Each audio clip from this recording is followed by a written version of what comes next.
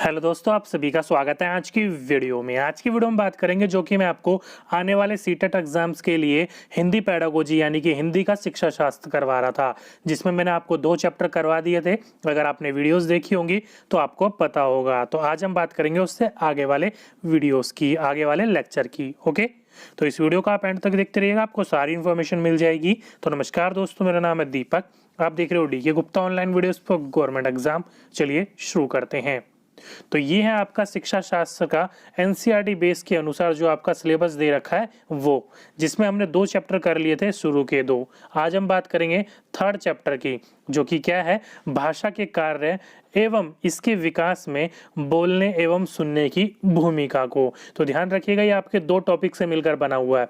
भाषा के कार्य एक अलग है और इसके विकास में बोलने और सुनने का क्या भूमिका है वो अलग है। तो आज हम केवल भाषा के कार्य के बारे में बात करने वाले हैं। ओके, इसके विकास में बोलने और सुनने की जो भूमिका है वो हम नेक्स्ट वीडियो में करेंगे। तो इस वीडियो को आप एंड तक देखते रहिएगा, आपको सारी इंफॉर्मेशन इस पहले टॉपिक के बारे में मिल जाएगी। तो लिख लीजिए आज का चैप्टर नंबर 3rd, जो कि है भाषा के कार्य। तो भाषा जो हमारी क्या होती है वो मैंने आपको पहले वाले चैप्टर में करवा दिया था। आज हम बात करेंगे कि भाषा के जो कार्य होते हैं वो किस प्रकार से होते हैं। ओके, तो शाब्दिक शब्द में बात करी जाए तो भाषा के 5 आधारभूत कौशल होते हैं। 4 तो आपने सुने ही होंगे, जैसे कि सुनना, बोलना और पढ़ना और लिखना। ये 4 तो हम सभी ने सुने ही है, लेकिन इसके साथ साथ में चिंतन करना भी क्या है, भाषा का 5वां आधारभूत कौशल है। लेकिन इसके बारे में किसी भी मनोवैज्ञानिक ने सही तरीके से बता नहीं रखा कि मनुष्य कितना प्रतिशत में कार्य करता है, कितने प्रतिशत में चिंतन करता है। इसलिए इसका ज्यादा हम वार्तालाप कहाँ करते हैं, वो कौशलों में करते हैं। आपके अलग, जैसे कि हम किस प्रकार से बच्चों को पढ़ाना चाहिए, उसके बारे में जो चिंतन करा जाता है उसका सही परसेंटेज नहीं निकाला जाता, इसलिए इसकी कम बात होती है। ओके, लेकिन इसी के साथ साथ में ध्यान रखिएगा, ये 5 आधारभूत स्तंभ का काम सरल से कठिन के क्रम में है। ध्यान रखिएगा, मैंने आपको कई बार पढ़ाते समय बोला है कि जो सीखने सिखाने की प्रक्रिया में जो शिक्षक होता है वो बच्चों को कैसे सिखाना चाहिए, वो सरल से कठिन की ओर के क्रम में होना चाहिए। तो वही बात यहाँ पर भी कही गई है। ओके, आगे देखो, एक मेन इंपॉर्टेंट पॉइंट लिख रखा है कि ऐसा कहा जाता है कि हमारे दिनचर्या का 45% जो समय होता है वो सुनने में, 30% समय बोलने में तथा 25% पाठन और लेखन में व्यतीत होता है। और चिंतन में आगे देखो क्वेश्चन मार्क लिख रखा है, क्यों? क्योंकि किसी भी मनोवैज्ञानिक ने पता ये सही तरीके से परसेंटेज के रूप में नहीं निकाला है, इसलिए हम चिंतन को कि आगे लिख भी दिया कि यह प्रश्न क्या है, अनुत्तरित है। मतलब किसी को इसके बारे में कुछ कंफर्म डिटेल नहीं है कि कितना व्यतीत करता है। कई बार दिनचर्या में हम जो सुनते हैं, बोलते हैं, उसमें भी चिंतन करने के लिए हम इस्तेमाल कर लेते हैं। तो इसका सही तरीके से जवाब नहीं दिया गया है। ओके, इसलिए हमारा जो कौशल पढ़ते हैं हम सुनना, बोलना, पढ़ना और लिखना ही करते हैं। ओके, आगे यही बोल रखा है कि प्रत्येक व्यक्ति अपनी बौद्धिक क्षमता के अनुसार चिंतन करता है। भाषा हमारी इसी बौद्धिक क्षमता का क्या है, अभिवृत्ति है। क्योंकि आपका जो सुनना, बोलना, पढ़ना, लिखना जो भी होता है उसमें कहीं ना कहीं आपकी चिंतन क्या होती है, वो मिक्स होती है, इन्वॉल्व होती है। इसलिए कहा जाता है कि प्रत्येक व्यक्ति की जो अपनी बौद्धिक क्षमता होती है वो उसी के अनुसार चिंतन कर सकता है। वो अपनी क्षमता के अनुसार करेगा, उससे ज्यादा वो नहीं कर सकता है। ओके, तो ये कुछ बेसिक्स बातें हैं आपकी भाषा के बारे में। चलिए आगे चलते हैं। तो भाषा के अगर प्रकार की बात करी जाए तो 2 होते हैं, एक होता है अनौपचारिक और दूसरा होता है औपचारिक। ध्यान रखिएगा, भाषा के रूप अलग है। भाषा के रूप लिखित और मौखिक मैंने आपको पढ़ाया था और आपको ध्यान भी होगा, लेकिन भाषा के प्रकार के बारे में बात कर रहा हूं मैं आपको। एक होता है अनौपचारिक और एक होता है औपचारिक, मतलब फॉर्मल और इनफॉर्मल, आप इसको इंग्लिश में बोल सकते हो। अब ये दोनों क्या है, दोनों समझाने की कोशिश करता हूं। देखो, अनौपचारिक आपकी भाषा वो होती है जो आप दिन प्रतिदिन के दैनिक जीवनों में उसका इस्तेमाल करते हो, जैसे कि माता पिता से सीखी हुई, घर परिवार से, परिवेश से, पड़ोस से, समाज से, या फिर जनसंचारण जो माध्यम होता है उसके लिए जो आप इस्तेमाल करते हो, वो सारी चीजें आप अनौपचारिक रूप में, मतलब इनफॉर्मल के रूप में। लेकिन आपकी औपचारिक चीजें वहां जाती है जो क्षेत्र के पढ़े लिखे समाज द्वारा स्वीकृत भाषा होती है, वो आपकी औपचारिक में आ जाती है। फॉर एग्जाम्पल, आप क्या कर रहे हो, बंगाल में रहते हो, तो बंगाल में आप किस प्रकार की भाषा बोलते हैं, आपके माता पिता बंगाली, घर परिवेश, पड़ोस, समाज जो भी होगा उस प्रकार की भाषा बोलेगा। लेकिन उसी के साथ साथ में एक अलग से आपके आपकी औपचारिक भाषा भी होगी, जैसे कि आपका स्कूल का माध्यम इंग्लिश हो सकता है, हिंदी हो सकता है, तो वो कौन सी भाषा होगी? वो पढ़े लिखे समाज के द्वारा स्वीकृत भाषा है, जिसको हमने मान्यता दे रखी है अपने कामकाज करने के लिए। ओके, तो ये दो भागों में बांटा गया अपनी भाषा को। अब यहाँ पर कोई बार पूछ लिया जाता है कि राजभाषा क्या होता है, राष्ट्रभाषा क्या होता है, राज्य भाषा क्या होता है, तो चलिए एक बार उनको भी समझ लेते हैं। जैसे कि आपका पहला राजभाषा। अब राजभाषा उनको कहा जाता है जो सरकारी कामकाज के लिए हमारी जो प्रयुक्त हो जाती है भाषा, उसी को हम राजभाषा बोलते हैं। फॉर एग्जाम्पल, कामकाज के लिए हमारी कौन सी भाषा इस्तेमाल होती है? वो मुख्यतः दो ऑफिशियल लैंग्वेज इस्तेमाल होती है, या तो हिंदी या इंग्लिश। उसी को हम क्या कहते हैं? राजभाषा कहते हैं, जो कि हमारे अध्याय 7 और अनुच्छेद 343 यानी कि 343 में राज्य भाषा के बारे में पूरी की पूरी हमारी सूची बना रखी है, पूरा का पूरा जानकारी दे रखी है।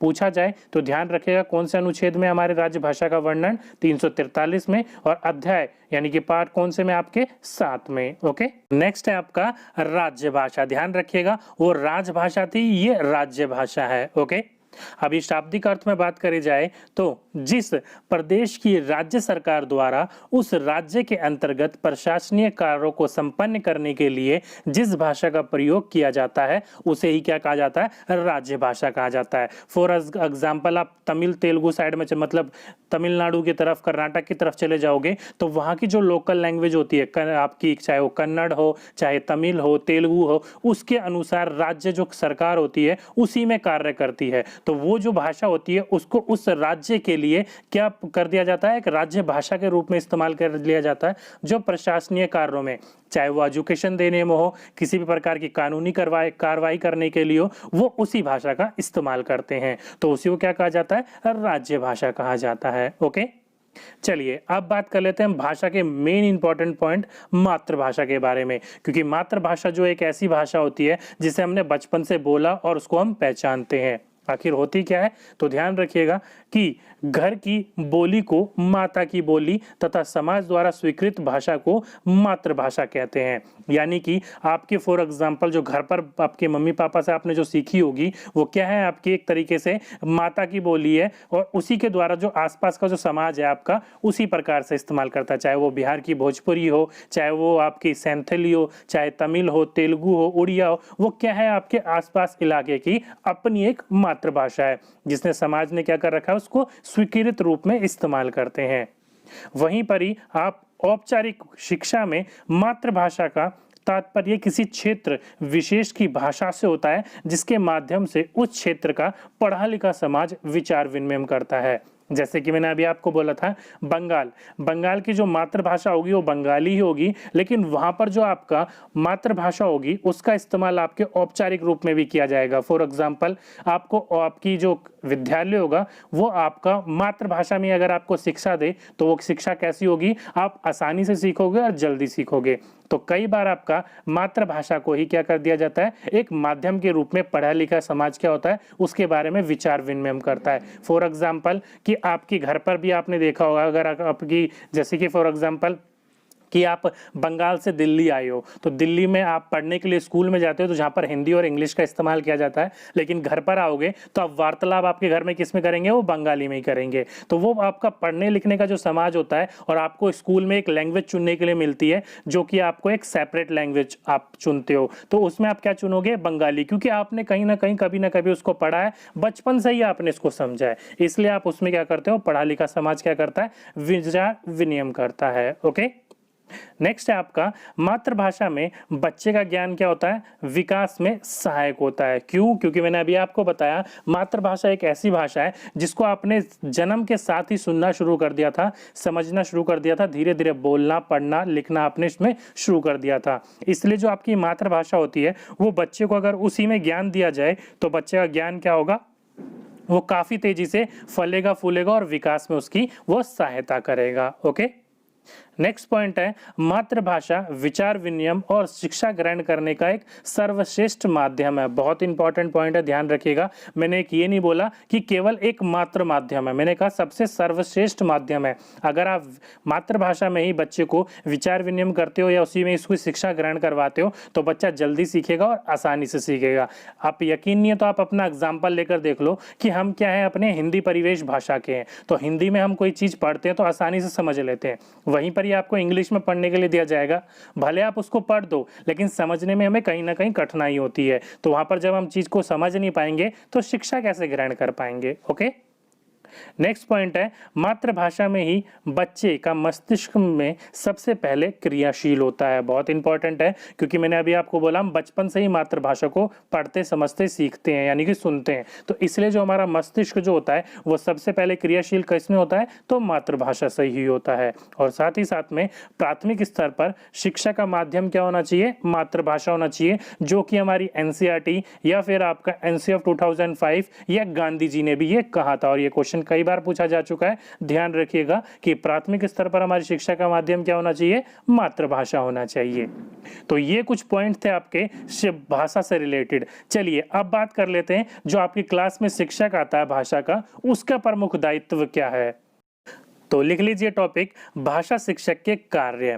पहला पॉइंट दे रखा है कि शिक्षक की स्वयं की भाषा प्रयोग की कुशलता बच्चों की भाषा प्रयोग के लिए आदर्श रूप प्रस्तुत करती है। मतलब जो टीचर आपको पढ़ाने के लिए आ रहा है, जो टीचर आपको भाषा की शिक्षा देने आ रहा है, अगर उसी टीचर की भाषा पर अच्छी तरीके से पकड़ नहीं होगी, वो अच्छी तरह से उस भाषा पर कुशल नहीं होगा, तो वो अपने बच्चों को कैसे सिखाएगा। इसलिए एक शिक्षक का स्वयं का एक दायित्व होता है कि उसकी भाषा पर अच्छी पकड़ हो, अच्छा कुशल हो, ताकि बच्चों को हम सिखाने में क्या कर सकें, एक आदर्श रूप प्रस्तुत कर सकें। ओके, जैसे कि फॉर एग्जांपल समझ लो कि मैं आपको पढ़ा रहा हूं, मैंने आपको समझा लो कि मैं आपको कैसे पढ़ा रहा हूं, इसके बारे में मुझे जानकारी है तभी तो मैं आपको अच्छे से समझा पा रहा हूं। अगर मुझको इसके बारे में जानकारी नहीं होगी तो मैं आपको कैसे डिलीवर कर पाऊंगा। तो आपको सीखने में कहीं ना कहीं आपको अड़चन आएगी, आप समझ नहीं पाओगे उस चीज को। इसलिए वही यहाँ पर बोला गया है कि शिक्षक जो होना चाहिए वो कैसा होना चाहिए, कुशल एवं प्रयोगशाली होना चाहिए। नेक्स्ट बोल रखा है कि शिक्षक को भाषा पढ़ाते समय सामान्य बोलचाल की भाषा का प्रयोग करना चाहिए। ये नहीं कि उसमें आप भारी भारी शब्दों का इस्तेमाल करने लग जाओ, कठिन शब्दों का इस्तेमाल करने लग जाओ। ये आप शुरू में जब सिखाने का प्रयास करते हो तो आप बिल्कुल सामान्य एकदम बेसिक लेवल से पढ़ाना चाहिए, ताकि बच्चे को भी सीखने में मजा आए और धीरे धीरे उसका इंटरेस्ट पैदा करने के बाद आपको धीरे धीरे कठिन की तरफ आना चाहिए। ओके, तो इसलिए कहा पढ़ाते समय हमें सामान्य बोलचाल की भाषा का इस्तेमाल करना चाहिए, ना कि ऐसे इस्तेमाल का कुंठित हो जाना या फिर वार्तालाप करना, ये भारी भारी शब्दों का इस्तेमाल कम करना। ओके, नेक्स्ट है आपका भाषा शिक्षक को कक्षा और कक्षा से बाहर बच्चों को भाषा प्रयोग के लिए प्रोत्साहित करना चाहिए। देखो, आप जितनी ज़्यादा लैंग्वेज का इस्तेमाल करोगे, जितनी ज़्यादा भाषा का इस्तेमाल करोगे, आप उतनी ही ज़्यादा उसमें कुशल होगे। ये नहीं अगर आप कोई क्लास में कोई लैंग्वेज सीख रहे हो तो वो लैंग्वेज केवल वो क्लास तक ही सीमित नहीं होना चाहिए। एक टीचर का दायित्व है कि उस लैंग्वेज को हमें बाहरी दुनिया में भी प्रयोग करना चाहिए। ओके, नेक्स्ट पॉइंट है आपका भाषा शिक्षक को बच्चों को भाषा के विविध स्वरूप और प्रयोग से परिचय कराना चाहिए। एक बहुत इंपॉर्टेंट दायित्व है टीचर का कि बच्चे को, जैसे कि मैंने आपको बोला, सामान्य बोलचाल से स्टार्ट करना चाहिए और उसके विविध स्वरूप की तरफ ले जाना चाहिए, मतलब कठिन की ओर ले जाना चाहिए। पहले हमें शुरू में इंटरेस्ट जगाना चाहिए बच्चों को सरल से, फिर हमें उसे विविध रूप का प्रयोग कराना सिखाना चाहिए ताकि बच्चा भी उसमें क्या हो सके, कुशल बन सके। और नेक्स्ट पॉइंट है आपका भाषा शिक्षण में अनिवार्य है समग्रतावादी दृष्टिकोण, मतलब ऑल ओवर, सारी तरफ से सोचने की प्रतिबंधित होना। मतलब ये नहीं कि एक ही चीज को सोचना, जैसे टीचर ने समझा दिया हमने वहीं तक ही सीमित है, नहीं, जो टीचर ने समझाया उससे बाहर आउट ऑफ थिंक होकर सोचना, समग्र बनना, एक दूसरे से वार्तालाप करना, सीखने सिखाने की प्रक्रिया में टीचर की भी सहारा लेना और अपने आप को भी वहां तक लेके जाना, अपने आप को भी उसमें क्या कर देना, इन्वॉल्व करना। ओके, तो ये कुछ प्रमुख कार्य हैं आपके भाषा के शिक्षक के। तो कुल मिलाकर ये थी आपकी पहला टॉपिक जो कि मैंने आपको चैप्टर नंबर 3 दो टॉपिकों से मिलकर बना है। पहला भाषा के कार्य और उसमें बोलने और लिखने का जो आपका सुनने का होता है उसका क्या प्रमुख भूमिका होती है उसके बारे में। तो हमने भाषा के कार्य तो पढ़ लिया, अब सुनने और बोलने की क्या प्रमुख भूमिका होती है उसको हम नेक्स्ट क्लास में बात करेंगे। ओके, तो ये था दोस्तों आज का हमारा पहला टॉपिक, पहला पार्ट 3 का। अब वीडियो कैसी लगी नीचे कमेंट में ज़रूर लिख के बताइएगा, और साथ ही साथ में अच्छी लगी वो वीडियो तो लाइक ज़रूर करके जाइएगा, क्योंकि आपका लाइक ही हमें क्या करता है, मोटिवेशन करता है, मोटिवेट करता है। ओके, और साथ ही साथ में अपने दोस्तों के साथ ज़रूर शेयर करिएगा। तो दोस्तों आज की वीडियो में बस इतना ही। अगर वीडियो अच्छी लगी हो तो नीचे जाके वीडियो को लाइक करना ना भूलिएगा, अपने दोस्तों के साथ शेयर करना ना भूलिएगा, और साथ ही साथ में अगर आपने इस चैनल को अब तक सब्सक्राइब नहीं कर रखा तो जल्दी से सब्सक्राइब कर लीजिए, और उसके साथ में जो बेल आइकन होगा उसको भी दबा दीजिएगा ताकि आने वाली वीडियोस का नोटिफिकेशन आपको टाइम टू टाइम मिलती रहे। तो दोस्तों आज की वीडियो में बस इतना ही, आपसे फिर मुलाकात होगी नेक्स्ट वीडियो में। जब तक के लिए जय हिंद, जय भारत।